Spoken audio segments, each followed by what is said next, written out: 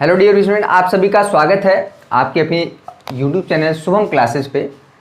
आज हम फिर से एक नया टॉपिक नहीं कह सकते हैं, कुछ नए क्वेश्चन लेके प्रकट हो गए हैं।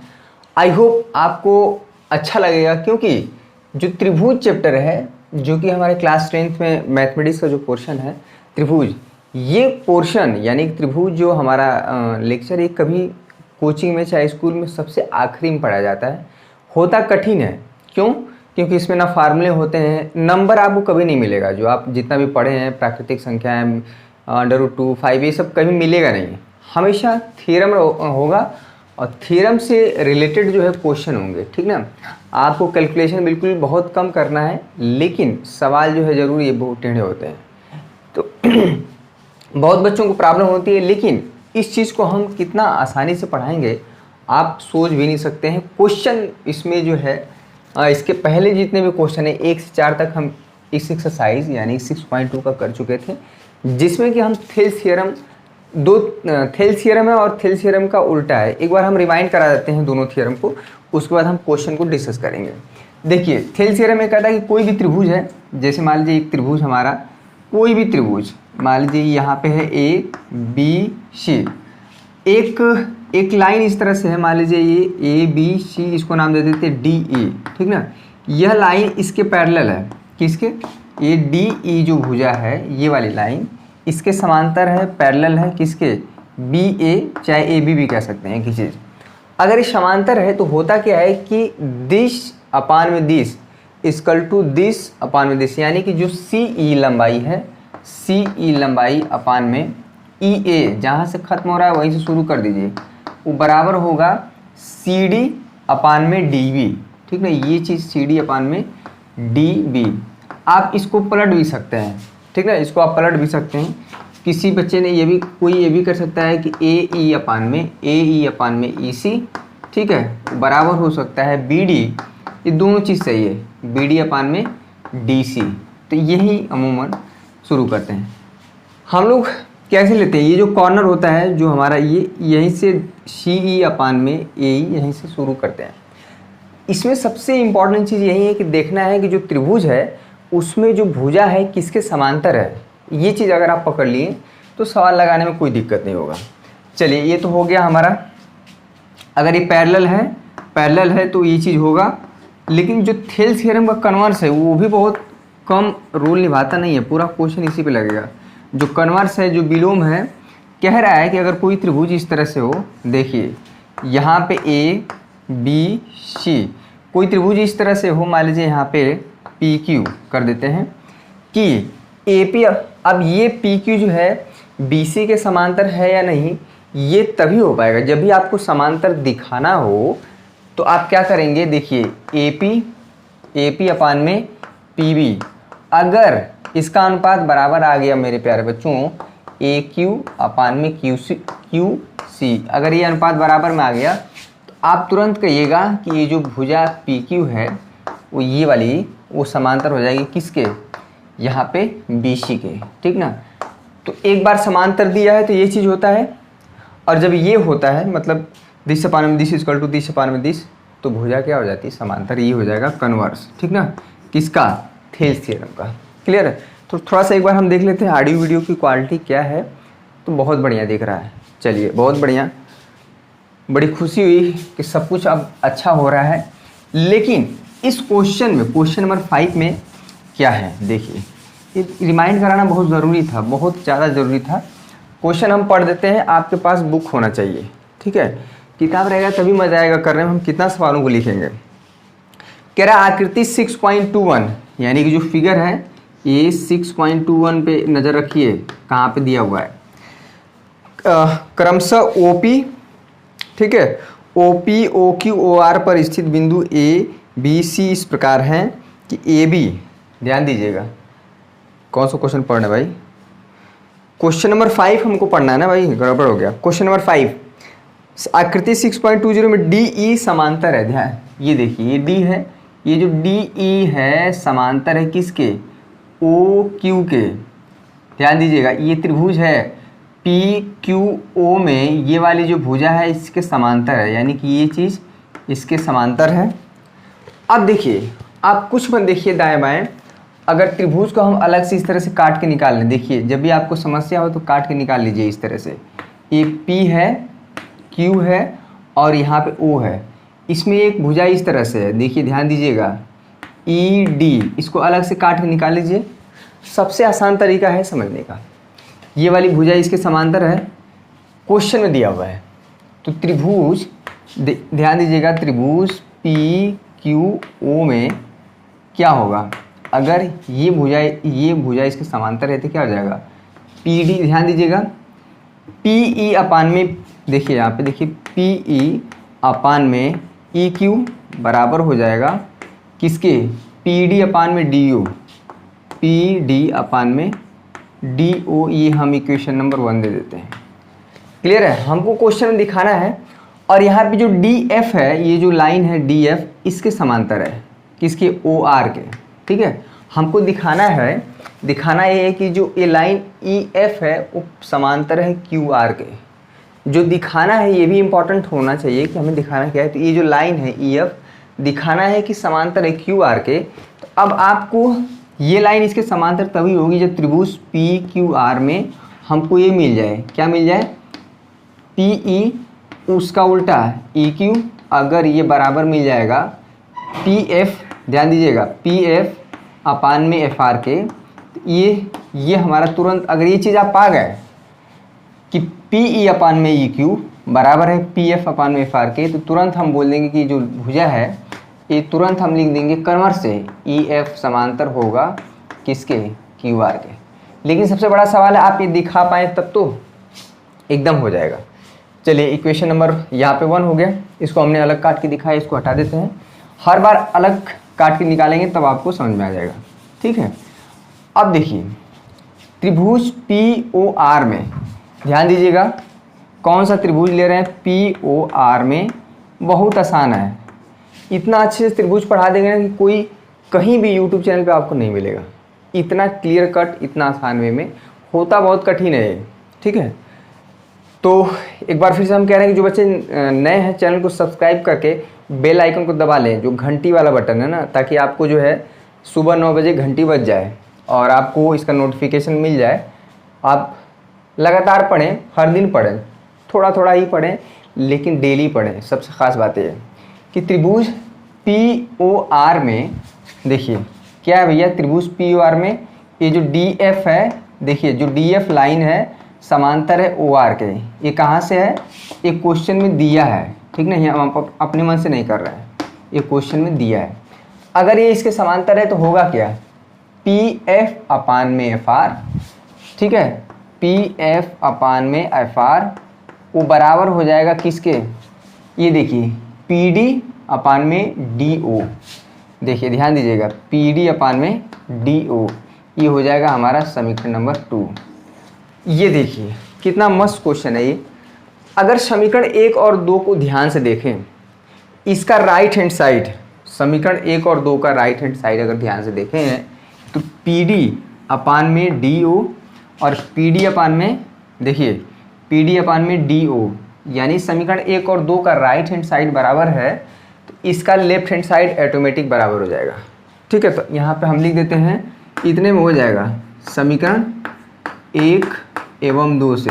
ठीक है, चलिए समीकरण 1 और 2 से क्या हो गया भाई, बस आपको लिख देना है कि समीकरण 1 और 2 से इसका राइट हैंड साइड बराबर है तो लेफ्ट हैंड साइड ऑटोमेटिक बराबर हो जाएगा। तो यहाँ पे हो जाएगा PE अपान में EQ। ठीक है, ये बराबर हो जाएगा PF अपान में FR के। ठीक है, ये चीज़ हो गया, ये हम पा गए, ये हमने प्रूफ कर दिया। तो PE अपान में EQ बराबर है PF अपान में FR के। तो अगर ये चीज़ है तो ये बताइए, इसलिए क्या हो जाएगा, ये जो EF लाइन है ये किसकी हो जाएगी, समांतर किसके, QR के। यही हमें दिखाना था, यही हमें दिखाना था।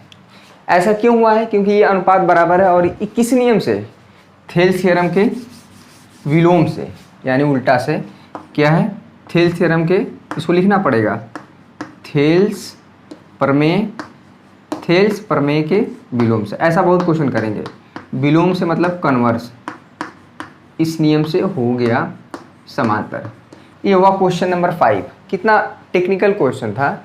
इसमें कौन भुजा किसके समांतर है और किस त्रिभुज में बात हो रही है। यहाँ पे पी ओ आर में ये वाली भुजा इसके समांतर है, तो वो जो अनुपात पकड़ना है ना वही है। तो क्वेश्चन नंबर ये हो गया 5। क्वेश्चन नंबर 6 देखिए। क्वेश्चन नंबर 6 भी कुछ इसी तरह से है। फिगर ध्यान देना है कि कौन किसका फिगर है। उसमें आपको लिखा है, बुक में आपको लिखा है कि कौन क्वेश्चन किसका फिगर है। क्वेश्चन नंबर यहाँ पे 6 देखिए। आकृति 6.21 में क्रमशः ये देखिए कितना बढ़िया है। इतना डिज़ाइनदार तो हम भी कभी नहीं बना पाते हैं, लेकिन कोशिश करते हैं। पहले हम बना लेते हैं, ठीक है।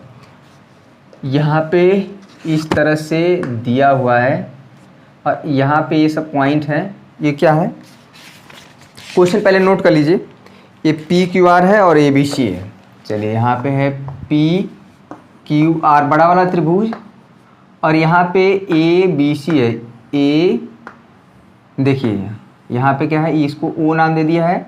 ये ए है, ये बी है और ये सी है। ये पॉइंट, इसमें दो त्रिभुज दिख रहे हैं। क्लियर है।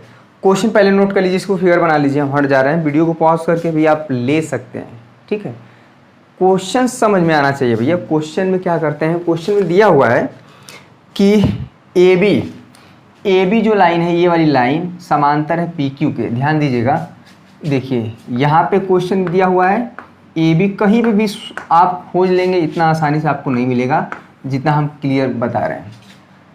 तो ये बताइए त्रिभुज पी ओ क्यू में ये वाली लाइन, ए वाली लाइन इसके समांतर है, ठीक है। अब देखिए कुछ त्रिभुज पी ओ क्यू में, ध्यान दीजिएगा, त्रिभुज पी ओ क्यू में क्या है भैया, ए बी जो है क्वेश्चन में दिया हुआ है समांतर है पी क्यू के। अगर ये वाली लाइन इसके समांतर है तो त्रिभुज ये क्या लग जाएगा, थेल्स थ्योरम लग जाएगा। थेल्स थ्योरम जो कभी कभी समानुपातिकता का प्रमेय भी बोला जाता है, लेकिन थेल्स थ्योरम ज़्यादा आसान लगता है। अच्छा, इस प्रकार है। और ए सी, यहाँ आप देखिए ये जो ए सी है, अब इस त्रिभुज में बात करें पी ओ आर में, ये वाली भुजा इसके समांतर है, ठीक है। तो हमको दिखाना क्या है, दिखाना है कि जो ये भुजा बी सी है समांतर होगा। आपको दिखाना क्या, ये भी बहुत इंपॉर्टेंट है। ये जो भुजा बी सी है वो समांतर होगी किसके, क्यू आर के, ठीक है। तो अगर बी सी भुजा समांतर दिखाना है क्यू आर के, तो थेल्स थ्योरम का कन्वर्स होगा। ये बी सी भुजा इसके समांतर तभी होगी जब ओ बी, ध्यान दीजिए, ओ बी अपान में बी क्यू का जो अनुपात है वो बराबर हो जाए ओ सी अपान में सी आर के। अगर ये चीज़ अगर आप पा गए कहीं से, तो आप तुरंत कहिएगा कि ये जो भुजा बी सी है वो समांतर है क्यू आर के। तो आपको हमारा जो टारगेट है यही लाना है कि ओ बी अपान में बी क्यू बराबर होना चाहिए ओ सी अपान में सी आर के।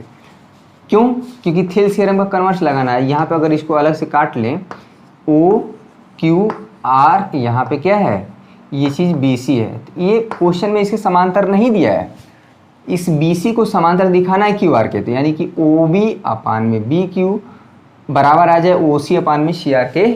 तो वो भुजा तुरंत लिख देंगे, थेल्स थ्योरम के कन्वर्स से विलोम से हो गया है। इतना आसान तरह से कोई नहीं बता सकता है, मेरा दावा है। तो पहले देखिए, ए बी समांतर है पी क्यू के, ये भुजा इसके समांतर है त्रिभुज ओ पी क्यू में।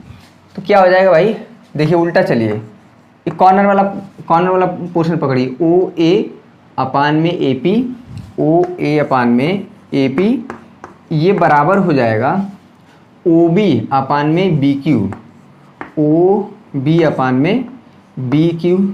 ये किससे, ये तो थेल्स थ्योरम से हो गया, क्योंकि समांतर पहले दिया है थेल्स प्रमेय से, ठीक ना, थेल्स प्रमेय से, ठीक है। चलिए ये हुआ, इसको हमें इक्वेशन देना पड़ेगा, इक्वेशन नंबर 1। चलिए अब त्रिभुज क्या है, त्रिभुज पी ओ आर में, ध्यान दीजिएगा। अब ये चीज़ बहुत इंपॉर्टेंट, छोटा सा प्रूफ रहेगा, त्रिभुज और किसमें आप P O R, Thales theorem किस त्रिभुज में लगाते हैं वो आपको हमेशा लिखना पड़ेगा। थेल्स थ्योरम हमेशा त्रिभुज में लगता है, ठीक है। तो आपको हमेशा लिखना पड़ेगा पी ओ आर। इसमें क्या है, जो भुजा ए सी है वो समांतर है किसके, पी आर के, ये क्वेश्चन में दिया हुआ है AC भुजा समांतर पी आर के। तो फिर से यहाँ पे थेल थ्योरम लग जाएगा। त्रिभुज ओ पी आर में ये भुजा इसके समांतर है, तो ओ ए अपान में AP, देखिए ओ ए अपान में AP बराबर हो जाएगा किसके, ओ सी अपान में सी आर। कितना आसान है, ओ सी अपान में सी आर। ठीक है, ये हो गया हमारा समीकरण नंबर 2। क्योंकि अब समीकरण 1 और 2 को ध्यान से देखिए, इसमें इसका लेफ्ट हैंड साइड बराबर है। समीकरण 1 और 2 को ध्यान से देखें, इसका बायां पक्ष बराबर है, तो ऑटोमेटिक दायां पक्ष बराबर हो जाएगा। क्लियर है? तो समीकरण 1 और 2 से देखिए, इसको लिख देंगे समीकरण 1। ये सब क्वेश्चन अगर आप एक बार नहीं करके जाएंगे तो ये लग नहीं पाएगा, सोचेंगे कि खाली थेल थ्योरम जान गए हैं और उसको जब अप्लाई करेंगे तो बहुत दिक्कत होगा। समीकरण 1 और 2 से आप क्या पाएंगे, ओ बी अपान में बी क्यू। ठीक है, ओ बी अपान में बी क्यू, ओ सी अपान में सी आर, ये हम पा गए। ठीक है, ये बताइए अगर ओ बी अपान में बी क्यू, ओ बी अपान में बी क्यू बराबर है ओ सी अपान में सी आर के, देखिए ऑटोमेटिक निकल के आ गया। यही हम बोल रहे थे अगर आप ये ले पाएँ, तो अगर ऐसा आप मिल गया तो थेल थ्योरम के कन्वर्ट से क्या हो जाएगा। ठीक है, हो गया ये क्वेश्चन। इसलिए सिंस यहाँ पे ओ बी अपान में बी क्यू जो बराबर है ओ सी अपान में सी आर के, अगर ये बराबर है इसलिए हम तुरंत बोलेंगे ये बराबर तभी आएगा जब ये जो भुजा BC है, ये जो भुजा BC है समांतर होगी QR के। ठीक ना, विलोम मतलब थेल थ्योरम के कन्वर्ट से यानी उल्टा से। क्वेश्चन नंबर ये हो गया, छठा हो गया। कितना छठा क्वेश्चन था ये, बढ़िया है। तो थेल थ्योरम का सीधा उपयोग और थेल थ्योरम का उल्टा उपयोग भी हम सीख रहे हैं। क्वेश्चन नंबर 6 हो गया। क्वेश्चन नंबर 7 देखिए, बहुत आसान क्वेश्चन है, इससे आसान क्वेश्चन तो इस त्रिभुज में कहीं नहीं मिलेगा। Question number 7। ठीक है, तो अच्छा लग रहा है कि नहीं आप लोग को, क्योंकि अरे बहुत बच्चे से अच्छा एक चीज़ बताइए कि सारे बच्चे थोड़ा कमेंट करके बताइए कौन बच्चा कहाँ से है, किस ज़िले से। ठीक है, हम जानना चाह रहे हैं कि भाई कौन कहाँ से है, हम भी देखना, और किस राज्य से भी, बहुत अलग अलग राज्यों से भी देख रहे हैं बच्चे। तो ज़रा बताइए कि आप कहाँ से हैं, और एक चीज़ और उसमें ऐड करिए कि आप जिस ज़िले से हैं उस ज़िले की सबसे फेवरेट यानी कि जो सबसे चर्चित चीज़ क्या है। जैसे आगरे का पेठा है, आगरे का ताजमहल है, हर चीज़ हर ज़िले में कुछ न कुछ बहुत ज़्यादा फेमस है। तो ज़रा कमेंट करके बताइए, हम जानना चाह रहे हैं कि हमारे बच्चे जो है किस किस ज़िले से, किस किस राज्य से जुड़े हुए हैं। क्वेश्चन नंबर 7 देखिए, हमें अच्छा लगेगा आप बताएंगे। और ठीक है, क्वेश्चन नंबर 7 बहुत अच्छा क्वेश्चन है। कह रहा है प्रमेय 6.1 का प्रयोग करते। प्रमेय जो 6.1 है ना, थेल थ्योरम है। सिद्ध कीजिए कि एक त्रिभुज की एक भुजा के मध्य बिंदु से, ध्यान दीजिए क्वेश्चन को समझिए, क्वेश्चन को समझिए। दाएं बाएं देखिए, सबसे पहले त्रिभुज बना लीजिए PQR। कोई जरूरी थोड़ा कि ABC हमेशा लिखे, ABC का कर्जा खाएं क्या, बार बार ABC लिख, PQR लिख दीजिए, अपना नाम ही लिख दीजिए। जैसे राज है तो RJ कुछ भी लिख दीजिए, राहुल है RAL लग दीजिए, कोई दिक्कत नहीं है। बस अब तक प्रैक्टिस हो गया है, ABC लेते तो हम PQR ले रहे हैं। चलिए, एक त्रिभुज PQR दिया है, कह रहे उसकी एक भुजा के मध्य बिंदु से, इसमें 3 भुजा होती है, तीनों भुजा में से किसी एक भुजा पर एक मध्य बिंदु ले लीजिए PQR, ये हो जाएगा S। ठीक है, ये जो S है इस PQ के मध्य बिंदु पे है। मध्य बिंदु का मतलब होता है मेरे प्यारे बच्चों बीचों बीच, यानी जितना लंबाई A है उतने लंबाई यहाँ पे SQ है। मतलब कहने का मतलब है ये जो लंबाई PS है वो बराबर है SQ के। क्यों? क्योंकि बिंदु जो है, ध्यान दीजिएगा, बिंदु जो है S मध्य बिंदु पर है, मध्य बिंदु है किस पर, ये जो भुजा PQ मध्य बिंदु है। चलिए, ये चीज़ हो गया। ये बताइए कि अगर ये बीचों बीच है और यहाँ पे सबको पता है कि SQ में अगर कुछ नंबर का नहीं मल्टीप्लाई तो होता है हमेशा 1 होता है, तो PS आप इधर ला दीजिए, SQ इक्वल टू क्या हो जाएगा 1। क्योंकि अगर ये भुजा की लंबाई 4 है, ये भुजा की लंबाई 4 है, तो अगर आप 4/4 करेंगे तो उसका अनुपात हमेशा 1 आएगा। ठीक है, अगर ये भुजा बराबर है, ये इसके बराबर है, तो इसका जब अनुपात करेंगे तो 1 आएगा। ठीक है, यानी कि PS/SQ जो है 1 आ गया। ये इक्वेशन नंबर हम क्या कर रहे हैं, समीकरण नंबर 1 दे दे रहे हैं। ठीक ना, अभी हम आगे क्वेश्चन नहीं पढ़ रहे हैं। दिए हुए जानकारी से हमको इतना मिला। कह रहा है कि ये क्वेश्चन एग्जाम में बहुत बार पूछा गया है।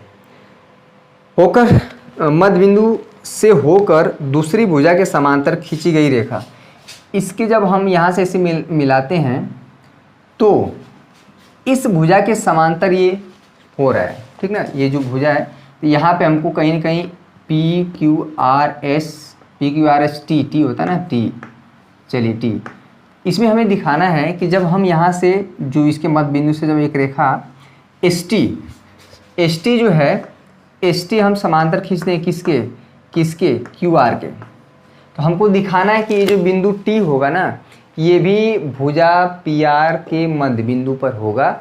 यानी कि हमको दिखाना है, क्या दिखाना है, कि ये जो T है मध्य बिंदु होगा। तो इसका मतलब मध्य बिंदु का मतलब है कि आप PT बराबर दिखा दीजिए क्या, TR, यानी कि ये बीचों बीच रहेगा, तब जाके ये लंबाई और ये लंबाई क्या होगी, बराबर होगी। यही हमें दिखाना है। क्वेश्चन में क्या कर रहा है कि समांतर खींची गई रेखा तीसरी भुजा को समद्विभाजित करती है। यहाँ से इस भुजा के समांतर एक रेखा खींचें तो तीसरी भुजा पे इसके मध्य बिंदु पर से गुजरेगी ये वाली जो लाइन है। ठीक है, ये इसके समांतर खींची गई है। ठीक है, अब देखिए थेल्स थ्योरम फिर आ गया। अगर ये भुजा इसके समांतर है तो दिश/दिश इक्वल टू दिश/दिश हो जाएगा। यहाँ पे त्रिभुज किस में, PQR में। ये चीज़ आपको हमेशा देखना पड़ेगा। त्रिभुज PQR में क्या है भाई, जो ST है वो समांतर है किसके, QR के। जब ये भुजा इसके समांतर है तो PS/SQ किससे, PS/SQ किसके रूल से भाई, थेल्स थ्योरम, PT/TR के। ये बराबर होगा कैसे, थेल्स थ्योरम के थेल्स प्रमेय से। ठीक ना, आई होप आपको अच्छा लग रहा होगा। बहुत क्लियर कट चीज़ें बताई जा रही हैं। PS/SQ समीकरण 1 से देखा जाए तो 1 है, तो PS/SQ क्या है, 1 है, तो यहाँ पे 1 रख दीजिए। तो ये चीज़ हो गया यहाँ पे PT/TR। ठीक है, TR को इधर लाएंगे तो ये चीज़ हम पा जाएंगे कि TR इक्वल टू यहाँ पे PT। ठीक है, ये देखिए क्या आ गया, जो TR है बराबर आ गया PT के। ठीक है, या PT को पहले कर लीजिए, क्या दिक्कत है, PT बराबर TR, ये भी एक का चीज़ है। ठीक है, या हम कह सकते हैं PT बराबर TR। ये बताइए अगर ये लंबाई इसके बराबर है तो ये जो बिंदु T होगा मध्य बिंदु हो जाएगा। ठीक है, तो यही हमें प्रूफ करना था, जो लिखना था बस आप सीधे सीधे लिख देंगे कि जो तीसरी भुजा है उस तीसरी भुजा को समद्विभाजित करता है, मतलब 2 बराबर भागों में, सम माने बराबर, द्वि माने 2, विभाजित मतलब काटना या विभाजित करना मतलब अलग अलग करना है। तो 2 बराबर भागों में क्या कर रहा है, अलग अलग कर रहा है। 2 बराबर किसी भी चीज़ को आप जब 2 बराबर भागों में बांटते हैं तो उसका आधा हिस्सा इधर आधा हिस्सा इधर वो बराबर होना चाहिए लंबाई में, तभी हम बोल सकते हैं कि ये चीज़ें क्या है, समद्विभाजित हैं। तो क्लियर कट है। तो हमने प्रूफ कर दिया कि PT बराबर TR अगर आया है, इसलिए हम तुरंत लिखेंगे कि जो T है वो क्या हो जाएगा, मध्य बिंदु होगा। ठीक है, मध्य बिंदु होगा, यानी कि ये भी कह सकते हैं कि भुजा जो हमारा PR है, PR को क्या कर रहा है, समद्विभाजित कर रहा है। सम माने बराबर, द्वि माने 2, भागों में बांटना, समद्विभाजित कर रहा है। ठीक है, बस इतना लिख देंगे। जो थ्योरम में प्रूफ करना है वही लिख दीजिएगा। तो किस तरह से जो थेल्स थ्योरम है, थेल्स थ्योरम देखिए यहाँ पे यूज हुआ है, और ये तो हम अपने से किए हैं कि अगर मान लीजिए x बराबर y है तो x/y क्या हो जाएगा, 1 हो जाएगा, क्योंकि अगर 2 संख्याएं बराबर है तो उसका अनुपात हमेशा 1 आता है। ठीक है, तो ये चीज़ आप कर सकते हैं। यहाँ पे ऐसे किया गया है। क्वेश्चन नंबर हो गया हमारा 7। क्वेश्चन नंबर 8 देखिए, ठीक उसी का उल्टा है। ये एक्सरसाइज हमारा खत्म हो जाएगा, काफ़ी इंपॉर्टेंट है, अगले एक्सरसाइज में भी हम पहुँच जाएंगे। ठीक है, क्वेश्चन नंबर 7 हो गया। क्वेश्चन नंबर 8 देखिए, थेल्स थ्योरम का हमको जो यूज है वो किस तरह से हो रहा है, यही बहुत इंपॉर्टेंट है। ठीक है। तो क्वेश्चन नंबर 8, ठीक है, मज़ा आ रहा है कि नहीं? एकदम इजी। जो त्रिभुज चैप्टर है ना, मैं बता रहा हूँ कि सबसे कॉम्प्लिकेटेड है। इसमें ना कोई फार्मूला है, ना इसमें किसी प्रकार का कोई फार्मूला। इसके पहले तो कम से कम फार्मूले हुआ करते थे, द्विघात समीकरण को सॉल्व करने का तरीका हुआ करता था। इसमें कुछ नहीं है। क्वेश्चन नंबर 8 देखिए, पढ़िए, क्वेश्चन को पढ़िए। प्रमेय 6.2 का प्रयोग करते हुए, देखिए 6.2 जो है, जो प्रमेय 6.2 है ना, वो थेल थ्योरम का कन्वर्स है। फिर से हम लिख देते हैं ए बी, जितना बार जरूरत पड़ेगी उतना लिखेंगे। यहाँ पे एक भुजा क्या है, डी ई है। जो प्रमेय 6.2 है, जो थेल थ्योरम का कन्वर्स है, उसमें ये क्या है कि अगर यदि, देखिए ध्यान दीजिए, यदि ए डी अपान में डी बी वो बराबर हो जाता है ए ई के, ए ई अपान ई सी, जहाँ से छूट रहा है वहीं से पकड़ लेना है। अगर ये चीज़ बराबर है तो हम तुरंत कहेंगे कि जो भुजा डी ई है वो समांतर होगी किसके, बी सी के। यही कन्वर्स है, यही थेल थ्योरम का क्या है, उल्टा है। तो क्वेश्चन कह रहा है कि इसी पर प्रयोग करते हुए एक त्रिभुज के किन्हीं दो भुजाओं के मध्य बिंदुओं को मिलाने वाली रेखा, हमको प्रूफ करना है। एक त्रिभुज है, तो माना, ये सब लिखना पड़ेगा, ध्यान दीजिएगा। एक माना त्रिभुज ए बी सी है, ठीक है। कह रहा है कि त्रिभुज के किन्हीं दो भुजाओं के मध्य बिंदुओं को मिलाने वाली। देखिए भुजा ए बी पर एक मध्य बिंदु आप ले लीजिए, मध्य बिंदु मतलब बीचों बीच लीजिएगा, एक डी ले लीजिए, और एक भुजा ए सी पर एक मध्य बिंदु क्या ले लीजिए, ई, ठीक है। तो हमको दिखाना है कि इन दो मध्य बिंदुओं को मिलाने से जो रेखा बनेगी वह रेखा इसके समांतर होगी। ध्यान दीजिएगा क्वेश्चन में क्या है। इसमें खास बात यह है कि ये जो बिंदु डी है भुजा ए बी के मध्य बिंदु पर है, और ये जो बिंदु ई है भुजा ए सी के मध्य बिंदु पर है। तो इसमें क्वेश्चन में कह रहा है कि अगर कोई त्रिभुज है, त्रिभुज की दो भुजाओं के मध्य बिंदु से अगर हम मिलाएं तो वो जो रेखा बनेगी भुजा तीसरी, त्रिभुज की तीसरी भुजा के क्या हो जाएगी, समांतर हो जाएगी, ठीक है। तो इसमें माना, इसको लिखना पड़ेगा, तुरंत हो जाएगा।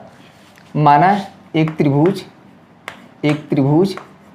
ए बी सी है, ठीक है। चलिए त्रिभुज रहेगा तभी भुजा, ये थोड़ा लिखना पड़ता है, भुजा ए बी एवं भुजा ए बी एवं ए सी पर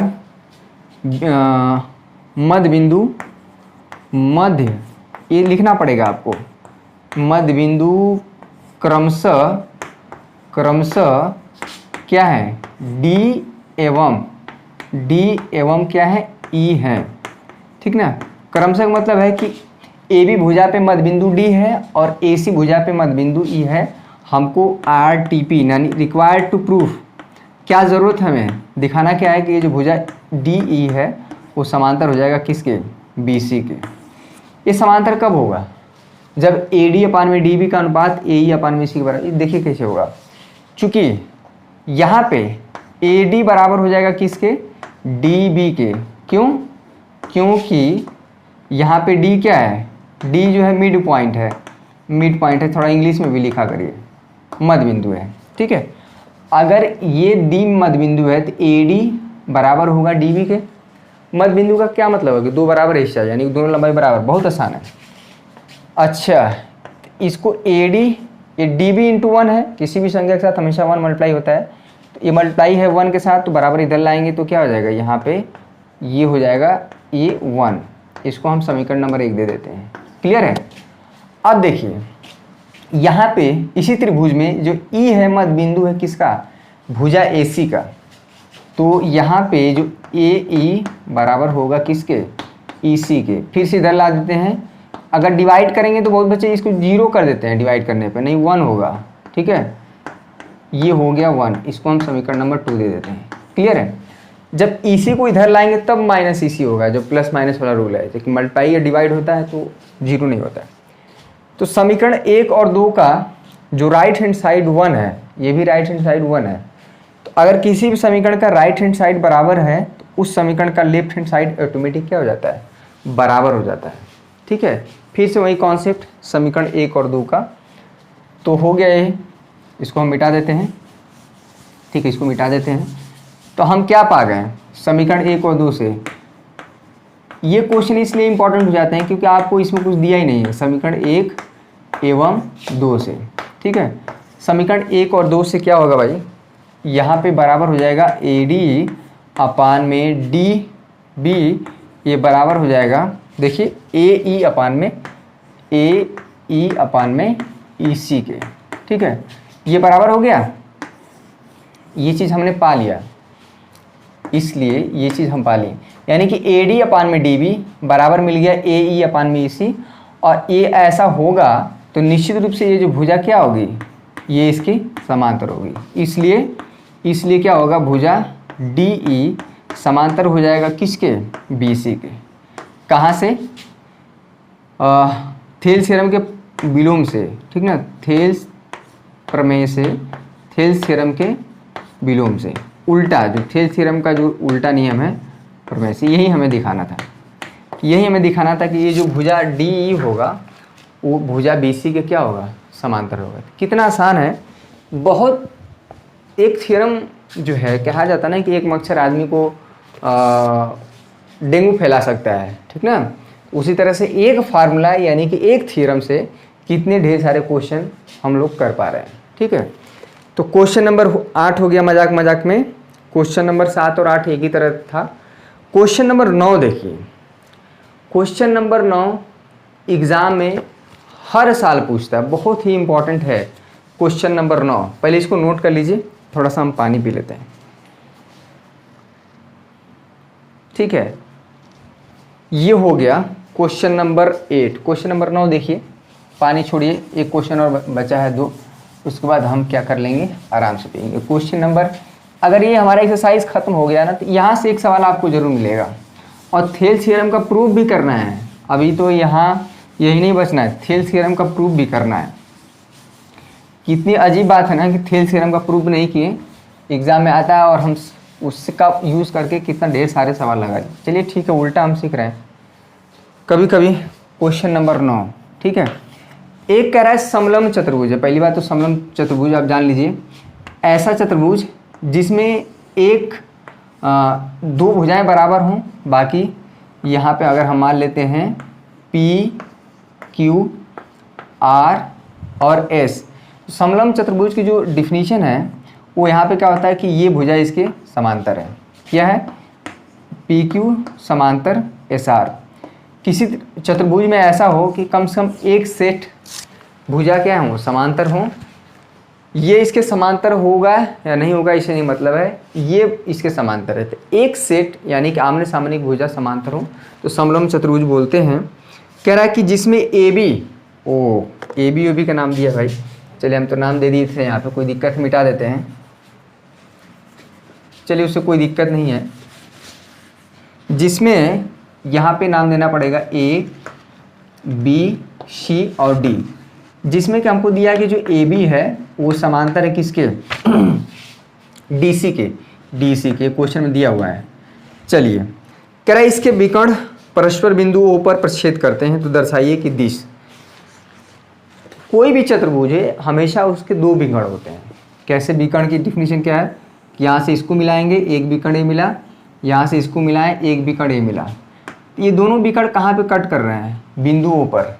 ठीक है, चलिए बिंदुओं पर कट कर रहे हैं तो हमको जो प्रूफ करना है AO, देखिए ध्यान दीजिएगा, AO अपान में OB ना, BO, AO अपान में BO, ध्यान दीजिएगा, O बराबर हो दिखाना है CO अपान में DO। ये चीज़ हमें प्रूफ करना है, ये हमें दिखाना है, ध्यान दीजिएगा, बहुत आसान है। इसमें चूँकि समलंब चतुर्भुज है तो एक चीज़ और हम बता दें कि अगर दो भुजाएं बराबर हैं पहले से, अगर उसके बीच में आपको एक भुजा पैरेलल इस तरह खींच दे रहे हैं, मान लीजिए एक भुजा AB है, ये पैरेलल टू CD है, और बीच में आपने एक भुजा LM अपने से पैरेलल खींच दिया किसके, CD के। तो अगर LM लाइन, ये वाली लाइन इसके समांतर है तो ऑटोमेटिक इस वाली भुजा के भी समांतर हो जाएगी, यानी कि तीनों भुजाएं समांतर हो जाएंगी। अगर दो समांतर भुजाएं पहले से दी हुई हैं, अब बीच में एक और घुसेड़ दे रहे हैं समांतर भुजा, ठीक ना, किसी एक के, तो वो दूसरी वाले के भी समांतर हो जाएगी ऑटोमेटिक।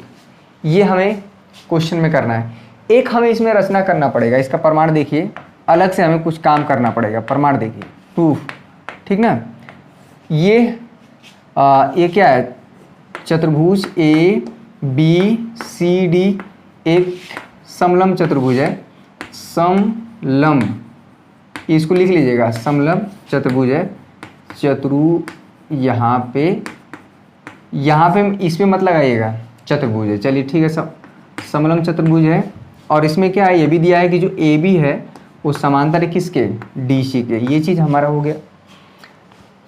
विकर्ण ए सी और बी डी को मिलाया गया, तो दोनों विकर्ण क्या हैं, बिंदु। अगर आप रफ में भी दिखा दिए हैं, मतलब यहाँ पे कॉपी में, अगर बहुत ज़्यादा नहीं भी लिखते हैं ना, तो अगर एग्जामिनर को अगर फिगर दिख रहा है, एग्जाम में आएगा भी, ये भी बता दे रहे हैं, बहुत इंपॉर्टेंट है।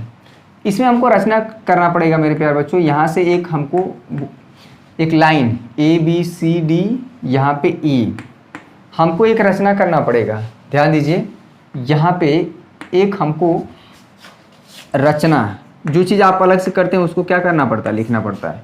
रचना क्या है, जो एक भुजा ओ, देखिए भुजा किसी के समांतर खींच दीजिए, ए बी के समांतर ओ ई, चाहे सी डी के समांतर, ये वाली जो लाइन है इसके समांतर खींच दीजिए। भुजा ओ ई समांतर है किसके, डी सी के, या उल्टा भी कर सकते हैं, ऐसे मिलाएंगे। इसको कैसे लिखेंगे, रचना को पहले लिखा जाता है, बिंदु, इसको लिखना पड़ेगा, बहुत ज़रूरी है। बिंदु ओ से भुजा ए डी पर बिंदु ई से मिलाया। ये भी जैसे भी आपको समझ में आए, या ये कह सकते हैं मिलाया। चलिए मिला दिए, इस तरह से मिलाया है कि ओ ई क्या है, समांतर है डी सी की। ये चीज़ जो है ना, ओ ई समांतर है डी सी के, ध्यान दीजिएगा, इस समांतर होना चाहिए, ऐसे नहीं कि ऐसे टेढ़ा मेढ़ा खींच दीजिए। ये डी सी के समांतर होना चाहिए, डी सी के चाहे ए बी के, किसी एक के रहेगा। तो ये जो भुजा अगर ओ ई समांतर है डी सी के, तो ऑटोमेटिक समांतर हो जाएगी ए बी के, क्योंकि ये दोनों लाइन पहले से समांतर है, ठीक ना। इसको ऐसे समझिए कि दो दोस्त हैं, ठीक ना, क्लास में। कोई एग्जांपल ले लीजिए, मान लीजिए मीनाक्षी और क्या है, रागनी, ठीक ना। मीनाक्षी और रागनी हैं, दो फ्रेंड, मीनाक्षी और रागनी, ये बहुत क्लोज फ्रेंड है, समझिएगा। अगर बीच में एक तीसरी कोई दोस्त उनकी बनती है जो इनका भी दोस्त है, ठीक, या और इनका भी है, तो ऑटोमेटिक जो है क्या होगा, मान लीजिए कोई भी ले लीजिए, आरती को ले लेते हैं, ठीक है, यहाँ पे आरती है, तो ऑटोमेटिक जो है आरती इसकी भी इनकी भी दोस्त हो जाएंगी, या किसी एक की दोस्त होती है, चाहे मीनाक्षी की चाहे रागिनी की, तो किसी एक की भी अगर दोस्त होंगी तो ऑटोमेटिक जो क्या है इसकी भी हो जाएंगी, क्योंकि भाई पहले से इन दोनों का बॉन्डिंग मजबूत है। तो अगर आप इससे अच्छी दोस्ती रखेंगे तो ऑटोमेटिक इनसे भी हो जाएगी, क्योंकि साथ ही में तीनों लोग रहेंगे, और साथ में तीनों लोग रहेंगे तो धीरे धीरे क्या हो जाएगा, मित्रता हो जाएगी। उसी तरह से अगर कोई ये वाली भुजा ओ ई इसके समांतर है तो ऑटोमेटिक ए बी के समांतर हो जाएगी। क्लियर है, ये हमें प्रूफ करना है, इसको ध्यान दीजिएगा। अब देखिए ओ ई समांतर है तो त्रिभुज, यहाँ देखिए त्रिभुज बड़ा वाले लीजिए, ए डी सी में, ध्यान दीजिएगा, त्रिभुज ए डी सी में अगर आप ले रहे हैं, त्रिभुज ए डी सी में क्या है, ओ ई भुजा समांतर है किसके, डी सी के, ठीक है। ये जो भुजा ए, अब बाकी सब भूल जाइए, इसको समझिए, त्रिभुज ए डी सी, ठीक ना। ऐसे बीच में जो कटा पीटा है उसको दिमाग में हटा दीजिए, उसको अगर समझ में आए तो अलग से ऐसे कर दीजिए, अगर दिक्कत हो रहा है तो। ए डी सी और यहाँ से एक ये जो है ओ है और यहाँ पे ई है, तो अगर ये इसके समांतर है, क्योंकि हमने रचना किया है इस तरह से, तो निश्चित रूप से क्या होगा, निश्चित रूप से हमारा हो जाएगा ओ ई समांतर है डी सी के, यहाँ पे क्या हो जाएगा, ए ई बराबर अपान में ई डी बराबर हो जाएगा मेरे प्यारे बच्चों ए ओ अपान में ओ सी, ए ओ अपान में ओ सी। देखिए अलग से काट के निकालें तो क्लियर हो गया। एक चीज़ तो हमें ये मिला, चलिए यहाँ पे हो गया। इसको हम क्या करते हैं, समीकरण नंबर 1 दे देते हैं। अब ठीक त्रिभुज ए बी डी में आते हैं। अब त्रिभुज ए बी डी में चलिए देखिए, त्रिभुज ए बी डी में ओ ई, देखिए ओ ई ऑटोमेटिक समांतर हो जाएगी किसके, ए बी के। ए बी क्यों समांतर होगी भाई, ये चीज़ बताइए। ये ओ ई हमने इस तरह से रचना किया था कि इसके समांतर रहे, ठीक है, डी सी के। तो ये भुजा ओ ई से समांतर क्योंकि ये और ये पहले से हैं, ठीक है, तो इस तरह इसलिए होगी समांतर त्रिभुज। अब देखिए तो क्या हो जाएगा, अगर ये त्रिभुज ए बी डी में, ध्यान दीजिएगा, त्रिभुज ए बी डी को आप काट के निकाल दीजिए, आराम से आपको समझ में आ जाएगा। ओह यहाँ पे हो गया, क्लियर है। ए ई, यहाँ पे हो जाएगा ए ई अपान में ई डी बराबर हो जाएगा, ये अनुपात ये भुजा इसके समांतर रहते, ए ई अपान में ए डी बराबर हो जाएगा क्या, बी ओ, ठीक है, बी ओ अपान में ओ डी। हो गया ये समीकरण नंबर, ये देखिए 2। यही 2 समीकरण हमको बनाना इंपॉर्टेंट है, इसको नोट करिए पहले फटाफट। ये जो आप रचना की इसको लिखना पड़ेगा, ठीक है। पहली बार किस त्रिभुज में ले रहे हैं, ए डी सी में, दूसरी बार क्या ले रहे हैं, त्रिभुज ए बी डी में। तो दोनों बार हम क्या कर रहे हैं, थेल थ्योरम का यूज़ कर रहे हैं। चलिए तो समीकरण 1 और 2 का ध्यान देखिए। लेफ्ट हैंड साइड ए ई अपान में ई डी और ए ई अपान में ई डी क्या है, बराबर है। समीकरण 1 और 2 का दायां बायां पक्ष बराबर है, तो ऑटोमेटिक राइट हैंड साइड क्या हो जाएगा, समीकरण 1, इसको लिख दीजिएगा समीकरण 1 और 2 से, ठीक ना। थेल थ्योरम बार बार लग रहा है, तो यहाँ से हम पा जाएंगे ए ओ अपान में ओ सी, ये बराबर हो जाएगा इसके, बी ओ लिखा है ना तो ओ भी लिख दीजिए, क्या दिक्कत है। चलिए बी ओ रहने दीजिए, बी ओ अपान में ओ डी। कहीं यही ना प्रूफ करना था, ज़रा देखिए तो, देखिए क्या प्रूफ करना था, यही प्रूफ करना था। ए ओ अपान में, अच्छा ओ भी लाना है ना, ओ बी को इधर भेज दीजिए, ओ सी को इधर भेज दीजिए, कोई दिक्कत है, कोई दिक्कत नहीं है। ये देखिए ए ओ अपान में ये इधर आ जाएगा और ये इधर, यहाँ पे हो जाएगा ओ बी, यहाँ पे हो जाएगा ओ सी अपान में ओ डी। ये चीज़ हो गया। कैसे हुआ, इन दोनों को चेंज नहीं करेंगे, केवल यहाँ पे इसको और इसको यहाँ पे। कैसे हुआ है, जैसे कहने का मतलब x बाई वाई, यहाँ पे z बाई टी हो, ये चीज़ है। z और y आपस में चेंज हो सकते हैं, z बाई, ठीक ना, y को इधर भी दीजिए, y बाई टी। इस तरह से ये मैथ में हो सकता है। यही हमको प्रूव करना था भाई। देखिए यहाँ पे ए ओ अपान में ओ बी ओ लिखा हुआ है तो कोई दिक्कत नहीं, ओ बी एक का चीज़ है। ओ सी अपान में डी ओ, तो ओ डी लिखा है तो डी ओ लिख दीजिएगा।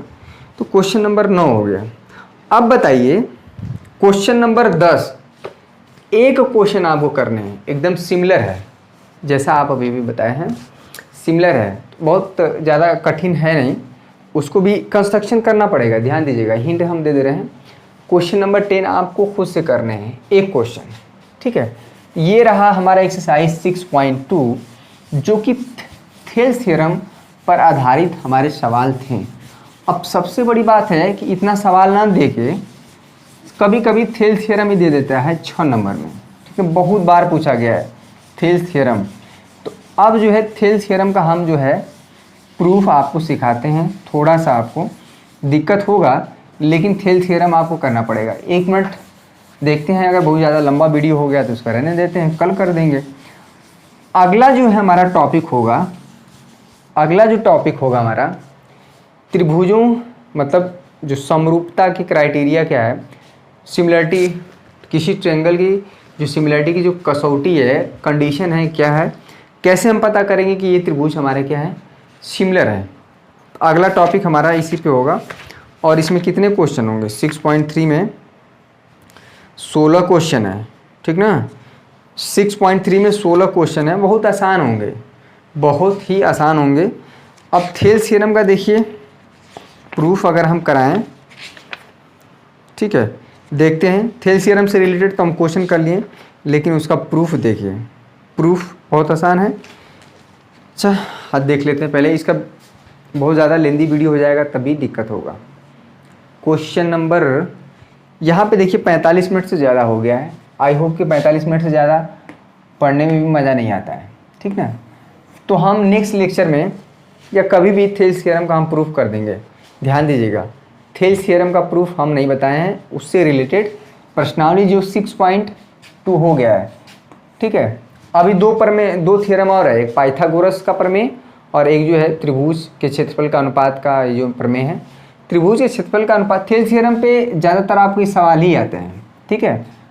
जो है थेल्स थ्योरम पे आधारित ज़्यादा सवाल आते हैं। जो प्रमेय पाइथागोरस और एरिया वाला जो है ना, ये दोनों ज़्यादा आता है।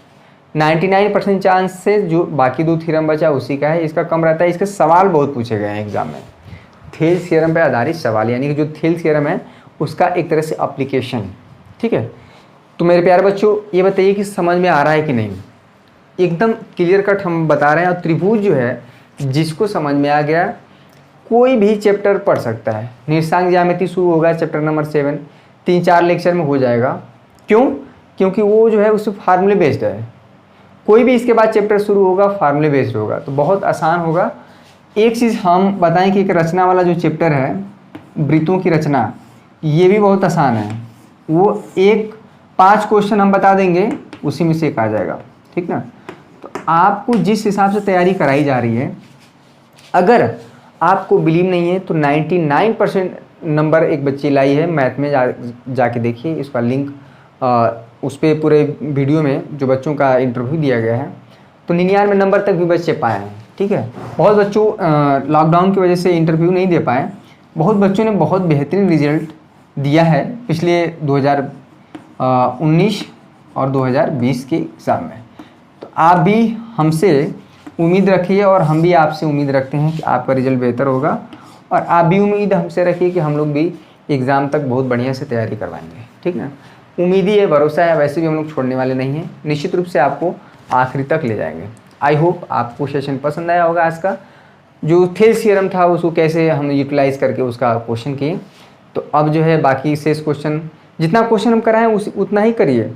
एग्जाम्पल 1-2 क्वेश्चन उठा के देख लीजिए ना, एग्जाम्पल 1-2 क्वेश्चन कर लीजिए, इतना आपका पर्याप्त है, ठीक है। एग्जाम्पल जो है एक्सरसाइज 6.2 का कर लीजिए, उसके बाद जो है थेल्स थ्योरम का ऐसी की तैसी हो जाएगी, ठीक है। आई होप पसंद आया होगा सेशन। पसंद आया तो लाइक कर दीजिए। लाइक करते नहीं आप लोग, 1000 से ज़्यादा। हम सोचते हैं कि अगर सभी लोग लाइक कर देते तो कितना अच्छा रहता है ना, लेकिन ऐसा संभव नहीं है। डिसलाइक भी कर दीजिए अगर पसंद नहीं आ रहा है तो, लेकिन कारण बताइएगा ज़रूर, ठीक है। कारण बता के जब आप डिसलाइक करेंगे कि हाँ सर ऐसी सी बात है, इसलिए हम आपका वीडियो क्या करते हैं, डिसलाइक करते हैं। आज के लिए बस इतना ही। बहुत बहुत धन्यवाद। आपका दिन शुभ हो। पढ़ते रहिए, मस्त रहिए, मुस्कुराते रहिए और साथ में गणित को भी हल करते रहिए। धन्यवाद।